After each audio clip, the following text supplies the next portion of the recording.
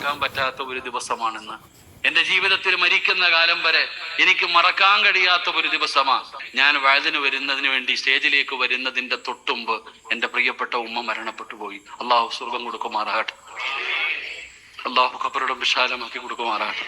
അള്ളാഹുവെ, നിന്റെ വിധിക്ക് മുന്നിൽ തല താഴ്ത്തി എന്റെ പ്രിയപ്പെട്ട ഉമ്മ നിന്നിലേക്ക് വരികയാ, നീ സ്വീകരിക്കണേ റഹ്മാനെ. അള്ളാഹുമാന് നീ പുറത്തു കൊടുക്കണേ റഹ്മാനെ. ഉമ്മയുടെ ഖബറിടം നീ വിശാലമാക്കണേ തമ്പുരാനെ. മഗ്ഫിറത്തും റഹ്മത്തും നൽകണേ തമ്പുരാൻ. അള്ളാഹുവെ, നീ സ്വർഗം കൊടുക്കണേ അല്ലാഹ്. അല്ലാഹ്, നീ സ്വർഗം കൊടുക്കണേ അല്ലാഹ്. ഉമ്മയുടെ പൊരുത്തം നൽകണേ റഹ്മാൻ. ഉമ്മാന്റെ പൊരുത്തം നൽകണേ പടച്ചവരെ.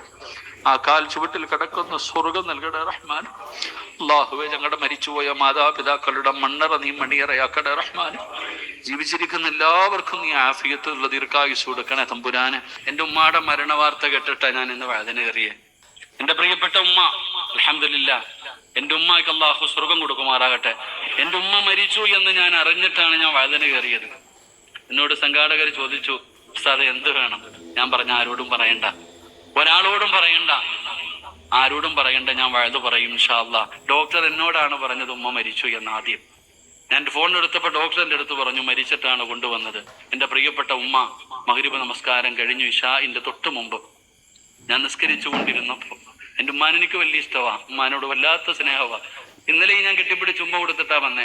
ഞാൻ ഇന്ന് മഗ്രിബ് നമസ്കരിച്ചു കൊണ്ടിരുന്നപ്പോൾ എൻ്റെ മനസ്സിൽ എന്തോ വല്ലാത്തൊരു തോന്നലുമ്മ, ഉമ്മാനെ കുറിച്ചുള്ള ചിന്ത എനിക്ക് കടന്നു വന്നു. നിസ്കാരം കഴിഞ്ഞ് എഴുന്നേറ്റ് ഞാൻ ഇരുന്നപ്പോൾ എനിക്ക് ഫോണും വന്നു. അള്ളാഹു സ്വർഗം കൊടുക്കുമാറാകട്ടെ.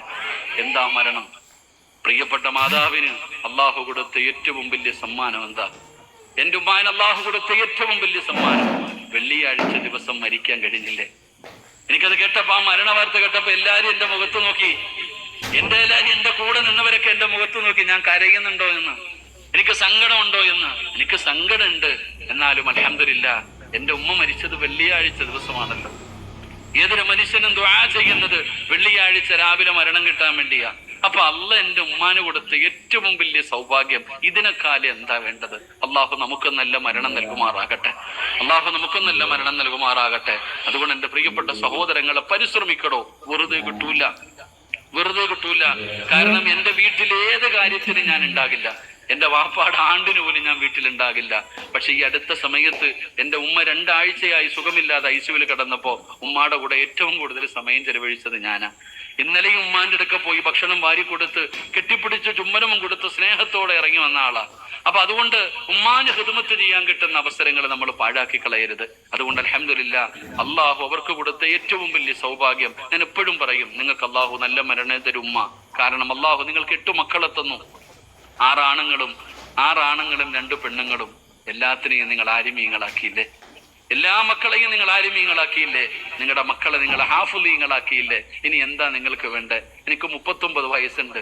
എന്റെ ജീവിതത്തിൽ ആദ്യമായിട്ട് എന്റെ ഉമ്മ എടാ എന്ന് വിളിച്ചത് കഴിഞ്ഞ ആഴ്ച ഐസിയുവിനകത്ത് കിടന്നപ്പോഴാ.